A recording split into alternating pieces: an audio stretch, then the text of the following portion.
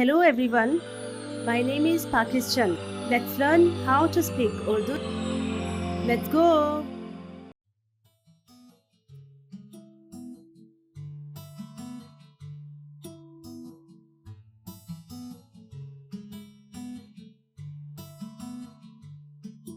क्या आपने अपना स्कूल बैग पैक किया? जी हाँ, मेरी तमाम किताबें और लंच मौजूद हैं। अपना होमवर्क ना भूलें। मैंने पहले ही उसे अपने बैग में रख दिया है। ज़बरदस्त, चलें स्कूल चलते हैं।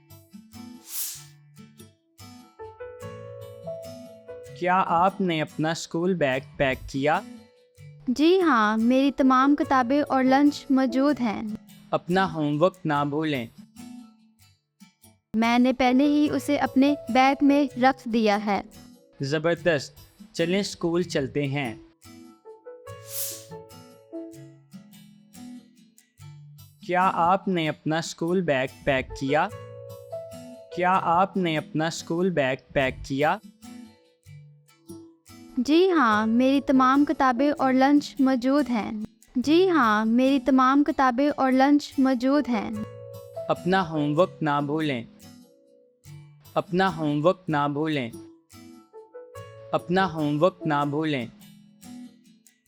मैंने पहले ही उसे अपने बैग में रख दिया है। मैंने पहले ही उसे अपने बैग में रख दिया है। ज़बरदस्त, चलें स्कूल चलते हैं। ज़बरदस्त, चलें स्कूल चलते हैं। ज़बरदस्त, चलें स्कूल चलते हैं।